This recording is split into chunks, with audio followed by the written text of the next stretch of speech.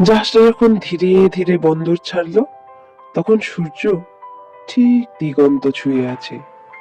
আকাশে কমলা, গোলাপি আর হালকা বেগুনির স্তর, যেন কেউ খুব ধীরে ধীরে, খুব যত্ন করে রং লাগাচ্ছে। বন্দরের কোলাহল ক্রমশ দূরে সরে যাচ্ছে, আর তার জায়গায় ঢুকে পড়ছে এক অদ্ভুত প্রশান্তি। আর্য আর ইরা ডেকে দাঁড়িয়েছিল।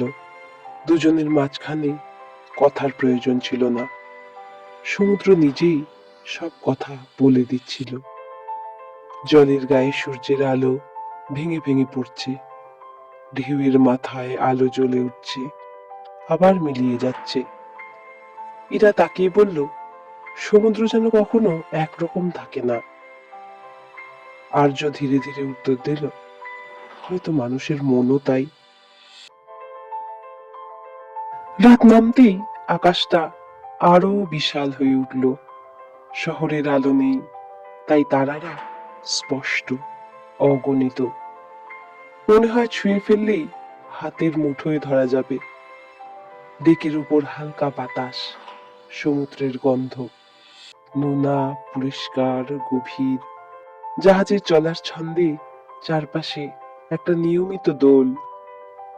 ইরা আকাশের দিকে তাকিয়েছিল, ফিসফিস করে বলল, এত বড় আকাশের নিচে দাঁড়িয়ে নিজের সব দুশ্চিন্তা খুব ছোট মনে হয়। আর্য কিছু বলল না, শুধু সমুদ্রের অন্ধকারে তাকিয়ে রইল।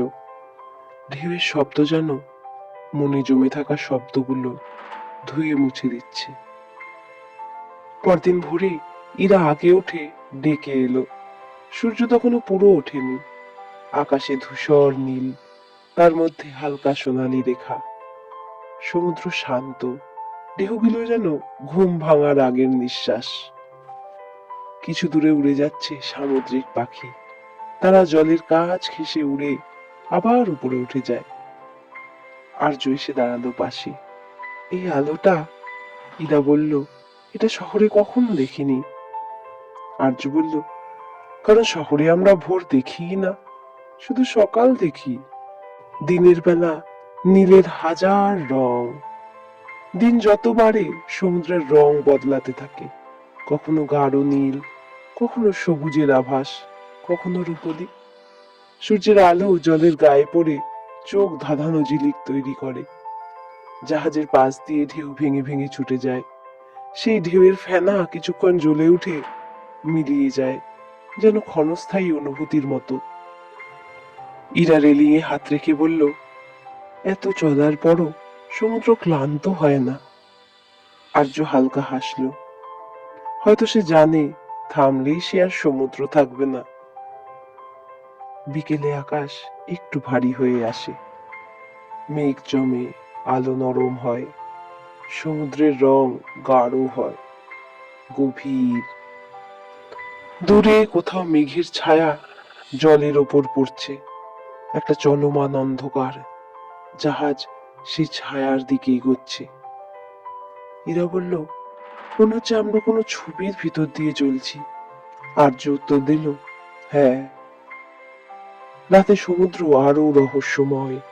জল আর আকাশের সীমারেখা মিলিয়ে যায়, শুধু ঢেউয়ের শব্দ একটানা।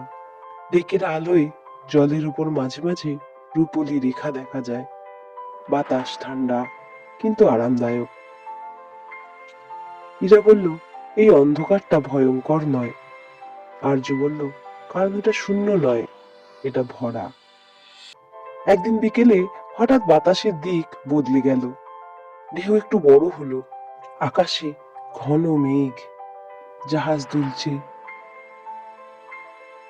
কেমন যেন মনে হয় প্রকৃতির শক্তি আরো স্পষ্ট হচ্ছে। ইরা সমুদ্রের দিকে তাকিয়ে বলল, এত বিশাল শক্তির সামনে মানুষ কত ছোট না। আর্য বলল, এই ছোট হওয়াটাই তো আমাদের শেখায়। বৃষ্টি নামলো, সূক্ষ্ম ধারা।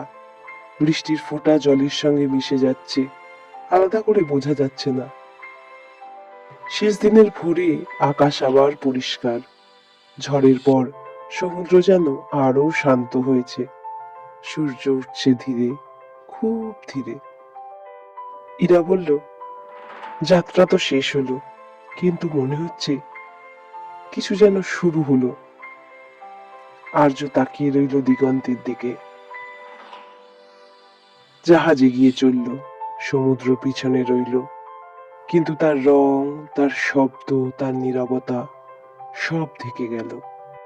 নীল অনন্তের দিকে যাওয়া এই যাত্রা ওদের শিখিয়ে দিল, ভালোবাসা মানে একই আকাশের নিচে চুপ করে দাঁড়িয়ে থাকা, একসঙ্গে।